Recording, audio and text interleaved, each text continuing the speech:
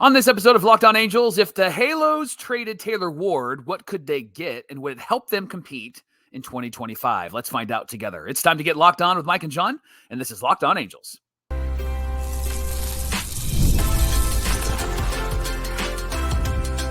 You are Locked On Angels, your daily Los Angeles Angels podcast. Part of the Locked On Podcast Network, your team every day. Thanks for making Locked On Angels your first listen of the day. You can find us anywhere you get your podcasts, including Apple Podcasts, Spotify, and SiriusXM by searching Locked On Angels.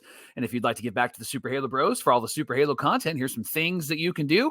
Please leave us a rate and a review on Apple Podcasts. If you're watching right now on YouTube, hit that thumbs up button. And if you haven't subscribed already, please do that and become a Locked On everydayer. And whether you're watching or listening, come over to YouTube, leave a comment. It's one of the best ways to get in touch with John and I and be a part of the conversation. And this episode of Locked On Angels is brought to you by PrizePicks. You can download their app today and use our promo code LOCKEDONMLB to win $50 instantly when you play your first $5 lineup. PrizePicks, run your game. Thanks for being here for this episode of Locked On Angels, where it's your team every day. You've got the First Brothers here with you, a.k.a. the Super Halo Bros. My name is John, and that's my brother Mike. And my name is Mike, and that's my brother John. Hey, it's our third season here at Locked On Angels, and we're in our third offseason talking about what the Halos are going to be doing over this offseason between 24 and 25. We're here 5 days a week talking Angels baseball Monday through Friday, every single weekday. On today's show, if the Halos trade Taylor Ward, what could they possibly get? Is this a move that they would make? Would it help them be competitive in 2025? Let's find out together. Mike, what would a Taylor Ward trade kind of implicate here? Let's talk about it. Yeah, we've talked about Ward being the potential trade candidate. Here's a few reasons why. His price tag this upcoming season is potentially going to be around 12 to 14 million. It could be lower than that depending on what they do in arbitration, but some estimates have him around 12 to 14 million. He has 2 seasons of control left. He's going to be a free agent in 2027, and he's entering his age 31 season. This is the window of the prime years for baseball players. He's coming off one of his best seasons of his career, John. He slashed 246, had a 323 on base, a 426 slugging percentage, and a 748 OPS. With an OPS plus of 111, had 25 home runs and 75 RBIs. Both of those are career highs. His average exit velocity was 90.9. He's in the 59th percentile. And so all of those numbers are pretty good. And John, there was an article on MLB Trade Rumors that suggested that Taylor Ward's trade value is similar to Lane Thomas. Why don't you tell us about Lane Thomas? Yeah, we're going to be talking about that MLB Trade Rumor article a few times throughout the show, but the reason why they compared him to Lane Thomas, who went from the Nationals to the Guardians to try to help the Guardians with their playoff run, he slashed a 237 batting average, a 309 on base, a 400 slugging, and a 709 OPS. Now, that doesn't really align with Ward's season, as Ward did have a better slash line there. But Thomas's previous 2 seasons actually do line up with that. In 2022, he had a 241 average, a 301 on base, 404 slugging, and a 705 OPS, 17 home runs, 52 RBIs in 146 games. Then last year, really great season, slashed 268, 315 on base, 468 slugging, and a 783 OPS, 28 home runs, 86 RBIs, played 156 games, only missed 6 games in 2023. 2 years younger than Taylor Ward, but he only has 1 year left of control before he is a free agent in 2026. Yeah, Trade Rumors said that a Taylor Ward trade could potentially net the Halos what the Nats got for Lane Thomas. So what'd they get? So the Nats got 3 prospects, Johnny. They got lefty Alex Clemmie. They got infielders Rafael Ramirez and Jose Tena. Now, Clemmie was ranked 7th and is currently ranked 7th in the Guardians system. He was ranked 7th when he got moved over, currently still is ranked in the 7th spot. Baseball America says that he is a high-risk, high-reward kind of pitcher with plenty of upside. He was 19 years old at the time of the trade. Rafael Ramirez was also 19 at the time of the trade and was with the Guardians and was their 20th ranked prospect. He did struggle in single A this last year, hasn't shown much power or much of a bat yet. And then Jose Tena was a guy that kind of hurt the Angels when we were playing against the Nationals. Oh, yeah. Do you remember him, John? 23 years old. He's put a handful of big league games when he was traded, but then in AAA was crushing it. 295, a 353 on base, and a 493 slugging percentage, had 17 home runs and 90 at bats. He wasn't ranked when he was traded, but he did produce at the major league level with the Nats, John. 41 games, 274, 305, 363, and a 688 OPS. And he had 157 at bats, 3 home runs, 15 RBIs. So, Johnny, tell me about how, for comparison's sake, this will help our everydayers kind of know what these prospects were if we compare them to the prospects we have currently in the Angel system. Yeah, keep in mind the Angel system not ranked as well as some of the other systems out there, but these are the equivalents here. Denzer Guzman is the 7th ranked prospect in the Angel system. Walbert Urania is the 20th ranked prospect. And then an unranked player might be somebody like Tucker Flint, who's 23 years old, 244 at batting average, 364 on base, 781 OPS, 17 home runs, 67 RBI. So now that we got that info, the big question here, would the Halos make this trade? We're going to discuss that in a minute. It's interesting, that Lane Thomas was the one on the move, Mike, rather than like a Taylor Ward, right? Because there was plenty of interest in Taylor Ward, and for some reason it always seemed like, Guardians. Taylor Ward's fall off over the summer really hurt those chances, didn't it? Yeah, I think so. And I think his bounce back at the end of the year was a good sign, because what a player does at the end of the year is something you want to pay attention to. We've talked about it often on Locked On Angels, where, Josh Hamilton had that really terrible second half when the Angels signed him the next year, and he ended up playing very similarly than he did the previous season. And so Taylor Ward bouncing back, I think, was a benefit for Taylor Ward. I think him not being traded probably had 2 factors. One, that he had a bit of a fall off, but 2, it sounded like Perry Manassian, when he talked about the trade deadline, it sounded like he was really asking for the moon. And there were some reports out there that he was asking a lot for particular players. And right or wrong, that's their prerogative. They can do that. And I think with someone like Taylor Ward, you certainly want to be able to benefit when you receive players back when you're trading him, because he has been somebody that has been consistent. We've talked often about pieces on this team, and Taylor Ward is a piece that on a good team would probably be a guy that would be a fan favorite, maybe not as well known as other players, but is going to be somebody that when he gets up to the plate, he's going to have a good at bat, and he'll probably knock in some runs, especially if you surround him with good players. I think of Teoscar Hernandez with the Dodgers, right? He's somebody who say Jose Ramirez with the Guardians, right? He's the standout there. Not Taylor Ward's not batting cleanup in that Guardians lineup, right? Right. And so if you have somebody like a Teoscar Hernandez, for example, and you surround him with the players that he has, and all the pressure's not necessarily on him, he's not a bad player, but this year he was clutch coming through for the Dodgers. And the same thing is true with the Guardians, right? Jose Ramirez is going to bat cleanup. He's your guy. And so if you had a Taylor Ward batting 5th, or you had a Taylor Ward batting 3rd, then that's really going to benefit a team like the Guardians or wherever the Angels might trade him. So there was a lot of factors that played into that. And I think that it had to do with his drop off. And how much of it do you think was really about Perry Manassian wanting to get top dollar, top player for someone like Taylor Ward? Well, I look at what the trade was for Luis Garcia to the Red Sox. We talked about that on yesterday's show because of the guys who came up, like Matthew Lugo was part of that trade. And he got 4 players for Luis Garcia from the Red Sox. And maybe not everybody is going to be, the next great superstar, but even just getting Ryan Zefferjon, is huge. Right. And look at what he was able to do for the Angels after the trade deadline. And that's somebody that we're going to count on in the bullpen next season.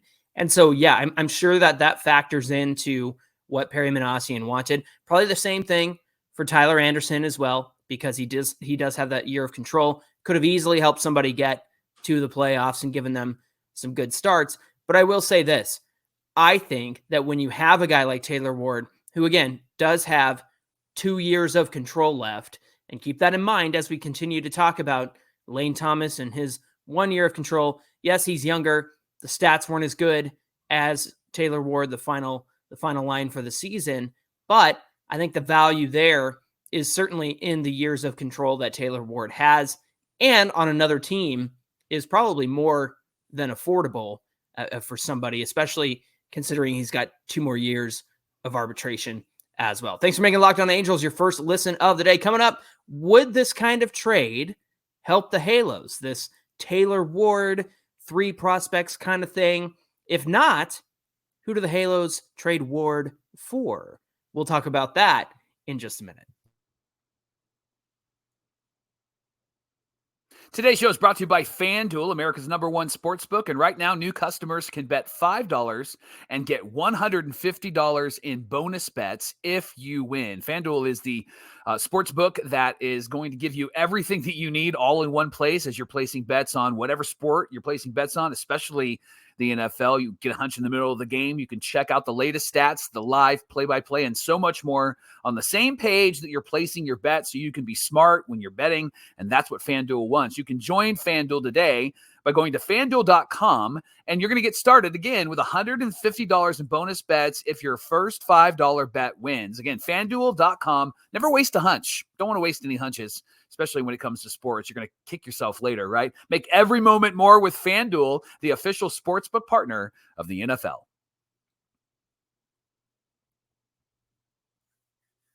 This is the Locked On Podcast Network, where it's your team every day, and thanks for making Locked On Angels your first listen of the day. Now, we've talked about what a Lane Thomas trade looked like for the Guardians and the Nationals, and Taylor Ward, comparatively, is very similar to a Lane Thomas type.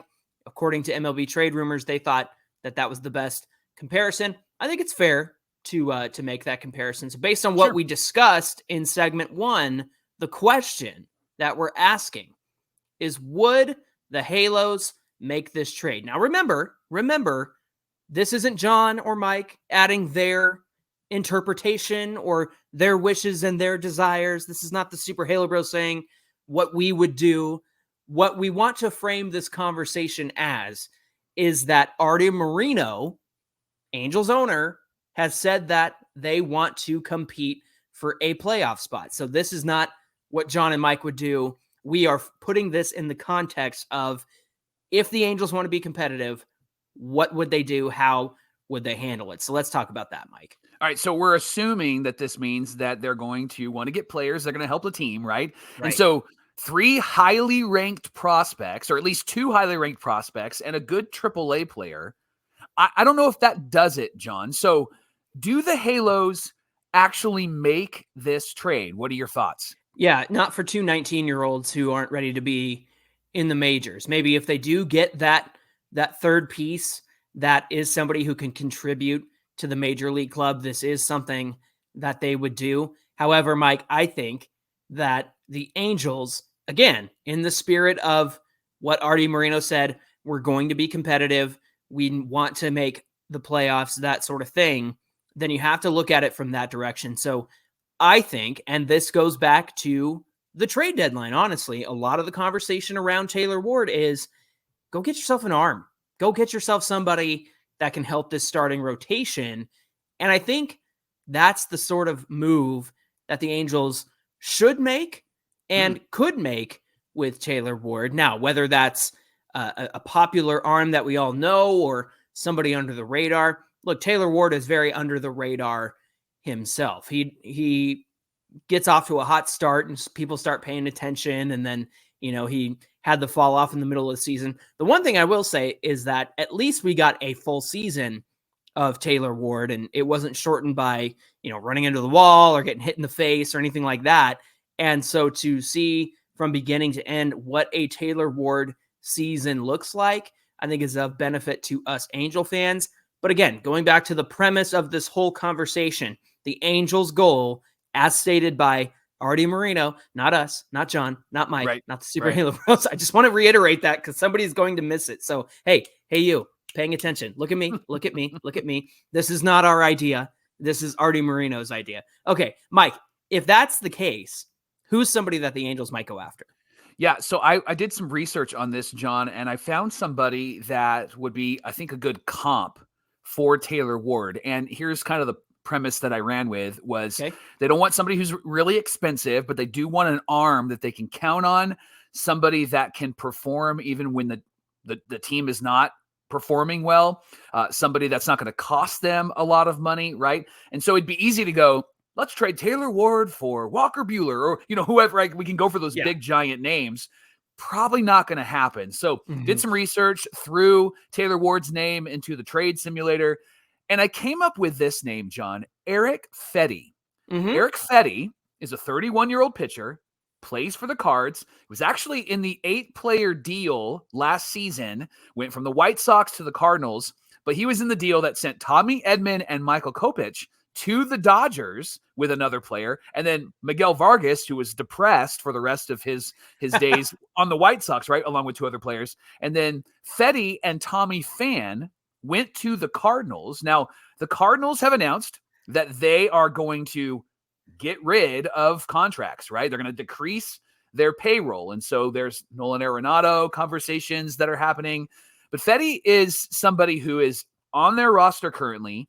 He's scheduled to make $7 million next season, probably like $7.2 million. And he's going to be a free agent in 2026. So you get him for 1 year. Here's what really stood out to me. His numbers overall for the season were 9-9 with a 3.30 ERA in 177 innings pitched. He had 21 starts for the White Sox, 10 starts for the Cardinals. And John, his numbers were about the same. When he was in the National League, they were a little bit higher, but not alarmingly higher. Everything was about neutral across the board. He just had a smaller sample size with the Cardinals than with the White Sox. I did a deep dive on his White Sox starts. That team was terrible. Oh, of course. And Fedde was somebody that was in games. He was going deep in games, 5th inning, 6th inning, had a couple of 7-inning games. And then when he went to the Cardinals, did a lot of the same thing. Now, I know he's not a name that stands out. In fact, it was a name that when I came across it, I was like, oh yeah, he pitched, did well. Question for you is thoughts on this possible trade for the Angels with Taylor Ward. Yeah, I would say a 3.30 ERA, 177 innings pitched. Remember what I said a few days ago, that 180 is the new 200 innings pitched. In this day and age, 180 innings is what we want from a starting pitcher. And it used to be that, oh, that guy got 200 innings for you? He's a stud. So 180 is the new 200. And so this makes a lot of sense to me. Mike, I'm curious about the 7 million mark, because I know you said the Cards want to decrease payroll. Their biggest issue, man, is that they need pitching. Yeah. And they have him on a cheap contract. I mean, 7 million next season is not that bad. No, so it really depends on who they move and what they need to do. But considering he's a 1-year deal, considering he's a 1-year guy with only 1 year remaining on his contract, perhaps it's a move that they would make.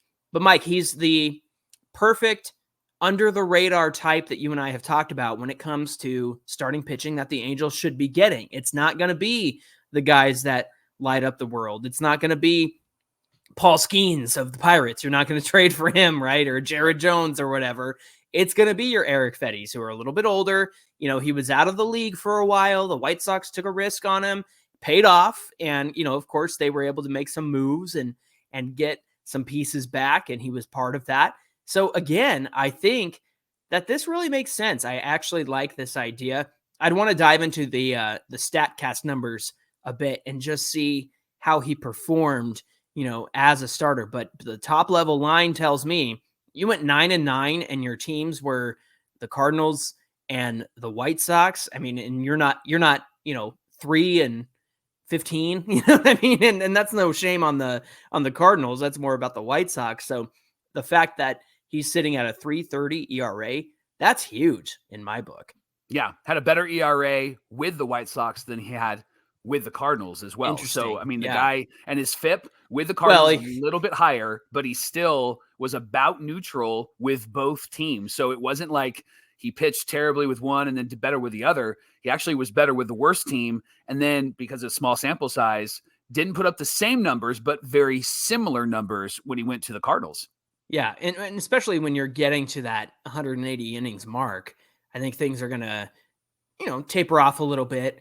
But you also went from the AL Central to the NL Central, Sure, where you're playing the Brewers and the Cubs and all of that. And look, I know the AL Central was competitive, and he was on the worst team in the AL Central, but I mean, the NL Central is a much different beast when it comes to starting pitching. So again, I like this idea, Eric Fetty. Very interesting, very good research, my brother. Well done. I'm very proud of you on this one. Today's show is brought to you by PrizePicks. They're America's #1 daily fantasy sports app with over 5 million active members. So easy and so exciting to play daily fantasy sports on PrizePicks. It's just you against the numbers. All you need to do is pick more or less on 2 to 6 player stat projections and watch the winnings roll in. And right now, you can win up to 100 times your money on PrizePicks with as little as 4 correct picks. You can download the app right now. Use our promo code LOCKEDONMLB, and you're going to get $50 instantly when you play your first $5 lineup. Again, the promo code is LOCKEDONMLB, all one word. Get $50 instantly when you play your first $5 lineup. Don't even need to win to receive your $50 bonus. It's guaranteed. PrizePicks, run your game. Mike, at the end of that MLB Trade Rumors article, they suggested 4 outfielders that the Angels could pursue in free agency if they trade Taylor Ward. So let's take our everydayers through those 4 options back and forth here. So I'm going to start with the first one they suggested, Anthony Santander. Of course, we've had that name come up a lot. I believe it was everydayer Nick Vlahakis who suggested Santander. And he should be writing for MLB Trade Rumors, apparently, because they felt the same way. 30 years old going into this next season. In 2024, he had a .235 batting average, 308 on base, 506 slugging, and an 814 OPS. Mike, he had a 134 OPS plus. That means he was 34% better than league average. Listen to this, 44 home runs, 102 RBI, and 91 runs scored. Here's the thing with Santander. It was a career year for him. So we all know how career year signings go for the Angels, and then they come here and they don't live up to expectations. Career numbers, not all that different, not as good as this past year, but a 246 average, 307 on base, 469 slugging, 776 OPS, so 114 OPS plus over his career. Spot Track has him at a estimated $17 million a year for a contract. Now that's market value, which means that they do a whole lot of calculations and comparisons and say, all right, he will probably get a deal around this. He would also require a draft pick. This is his first free agent year. I'm sure Baltimore will offer him a qualifying offer, knowing that he probably won't take it. And that way they get the compensation pick, kind of like what the Angels did with Ohtani. Of course, they offered him the qualifying offer, knowing he would turn it down, and that gave them the compensation pick. Because of that, I feel like this is a move that Minasian will avoid.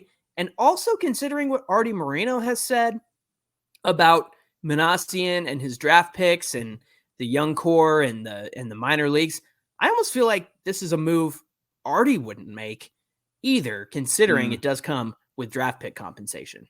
Teoscar Hernandez is another guy who's a free agent, age 31 right now, had a 272 batting average, 339 on base, a 501 slugging, and an 840 OPS with a 137 OPS plus, 33 home runs, 99 RBIs, 84 runs. He blamed his struggles last season in Seattle on the park. He said it's hard to play there, right? And you can see that over the years. You've had a few guys that have played there that hadn't had great numbers, and then they went somewhere else. Yeah, and Eugenio Suarez comes to mind. Adrian Beltre comes to mind. Right? I mean, he put up solid numbers, but his numbers were better once he got out of there. And so he's not the only player that actually feels that way. His 2004 is more in line with his career line.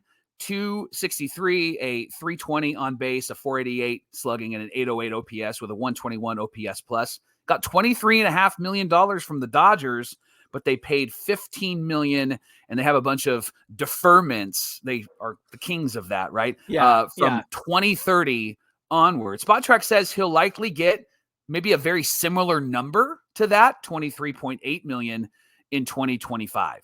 Yeah, interesting for Teoscar. Just the way things have worked out for him. And again, yeah, the deferment thing makes me nervous. That doesn't seem like Artie wants to do something like that based on, right. I don't know, recent history. Tyler O'Neill, Mike, age 29 this season. He had a 241 batting average, a 336 on base, a 511 slugging, and an 847 OPS. He had a 132 OPS plus, 32% better than league average, 31 home runs, 61 RBI, 74 runs scored. O'Neill is also a free agent for the first time. Probably will get that qualifying offer, but that would mean that the Angels would have to give up a draft pick. Spot Track says he'll earn something like 16 or 17 million based on the market value. Now, 2021 was his best year ever, 148 OPS plus and 34 home runs. Since that time, he hasn't really hit for average at all. So what you're getting with Tyler O'Neill is that slugging. He's your prototypical home run hitter. Yeah. And say what you will about 31 home runs. If you're comfortable with that, I mean, Taylor Ward was only 6 off from that. So that is an interesting wrinkle to the conversation. Yeah, Michael Conforto, another outfielder. He's going to be 32 years old when the season starts next year. His slash line this last year was 237, 309 on base, and a 450 slugging with a 759 OPS, a 116 OPS plus. He hit 20 home runs, 66 RBIs, 56 runs scored, made $18 million the last 2 years with the Giants. He wouldn't require a draft pick because there's no qualifying offer. Spot Track says that his market value would be about $4.7 million a year. But the reason for that is it feels like his best seasons are really behind him, right? Yeah. When he got signed by the Giants, it was 36 million, a 2-year deal. So he gets the 18 million. He's coming off, he didn't play in, I want to say 2022. And then he's coming off his, career with the Mets and everything. So yeah, that was, I think his best days are behind him for sure. So my question here is, Mike, that we want to ask on today's show, would the Angels attempt to get any of these guys? Who do you want? And who do they actually go for? Why don't you start us out? I don't think they're going to sign Santander. I think he probably re-signs with the Orioles based off of his career year this last year. I think he does re-sign with the Orioles. And he also has a qualifying offer that will be attached to him. Whether they re-sign him or not, Baltimore's going to get that on him. And so you're going to have to lose a draft pick. And I don't think the Halos are going to want to do that. Teoscar is an intriguing player for me. And he almost is a bit more of an impressive Taylor Ward. This last season, though, has really been a big season for him. I wonder what happens to him in the offseason, because there's rumors about the Dodgers, eyeing Juan Soto and what they would do.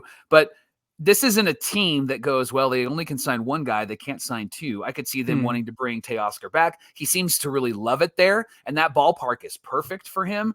And so if he doesn't sign with the Dodgers, I could see him staying in Southern California, probably in San Diego, something along those lines. And so I think out of these names, Teoscar is the most intriguing one. I wouldn't want, as a fan, Conforto or Tyler O'Neill. I just don't know if those guys are attractive to the Angels. I'm going to say this out loud. Conforto might be because of his price tag. And if the Angels are trying to add some depth on the major league roster, I could see them wanting to maybe get somebody like that. He's going to come in and he's going to play hard for you. He's going to give you a professional at bat. May not be as successful as you want. I could see him getting kind of on the nerves of Angel fans if he does come here, because I don't know how he'll perform. But if it's between him and Cole Tucker, I'm taking Michael Conforto. I just don't think he should be somebody that should come and start. That's my thought. Yeah. Here's my thing as I think about the fact that Taylor Ward's numbers are not all that far off from some of the guys on offer here. I look at the home run totals. I know he had his career high in 75 RBIs, 25 home runs. I know the OPS plus is only 111. And obviously these guys like Santander and Teoscar have a higher OPS plus because their hits were more valuable. Their runs, their RBI were more valuable, that sort of thing. And here's the thing is the Angels need a threat. They need another threat, the game changer, if you will.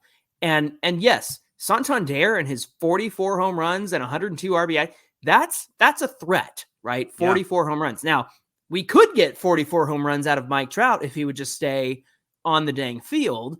And so maybe that's the give and take here. And you go to somebody like a Teoscar.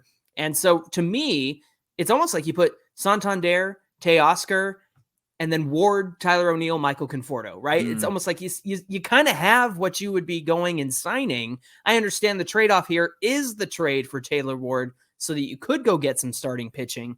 But man, it's really a toss-up for me. I think the impact players here are definitely Santander, maybe Teoscar after that. Tyler O'Neill's intriguing to me, but I just don't think they go after him because of the compensation pick. Same thing with Santander. So I'm with you. I think if there's anybody of value here, it's Teoscar, but to get almost $24 million, it just seems like, well, here we are again, trying not to spend money, but we want somebody, an impact player and whatnot. It's like a catch-22. It's the Angels want to be competitive, but they also want to do it on the cheap.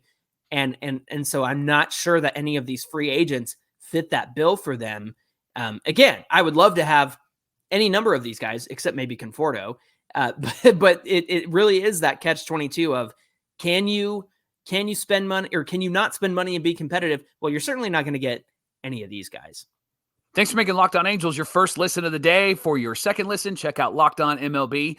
The show's available on YouTube or wherever you get your podcasts, and it's a part of the Locked On Podcast Network, where it's your team every day. Hey, why don't you give us a follow at Locked On Angels on Twitter and at Super Halo Bros on Twitter and Instagram. Whether you're watching or listening, come on over to YouTube, get in today's conversation by getting in the comments section, find today's episode, hit that like button, hit that subscribe button. We're almost to 8,000 subscribers. You guys have been great at helping us out with that. Mike, what do we have on deck for tomorrow's show? Well, there's a lot of big free agent pitchers that are out there. We'll take a look at them and then ask the question, will the Angels try to sign one of them, or will they do what you just mentioned earlier, John? Will they try to do something on the cheap? What pitchers are they in the market for? And a whole lot of other discussion tomorrow on Locked On Angels. All right, looking forward to that conversation. We hope you'll come back and join us. Until then, my name is John, and that's my brother Mike.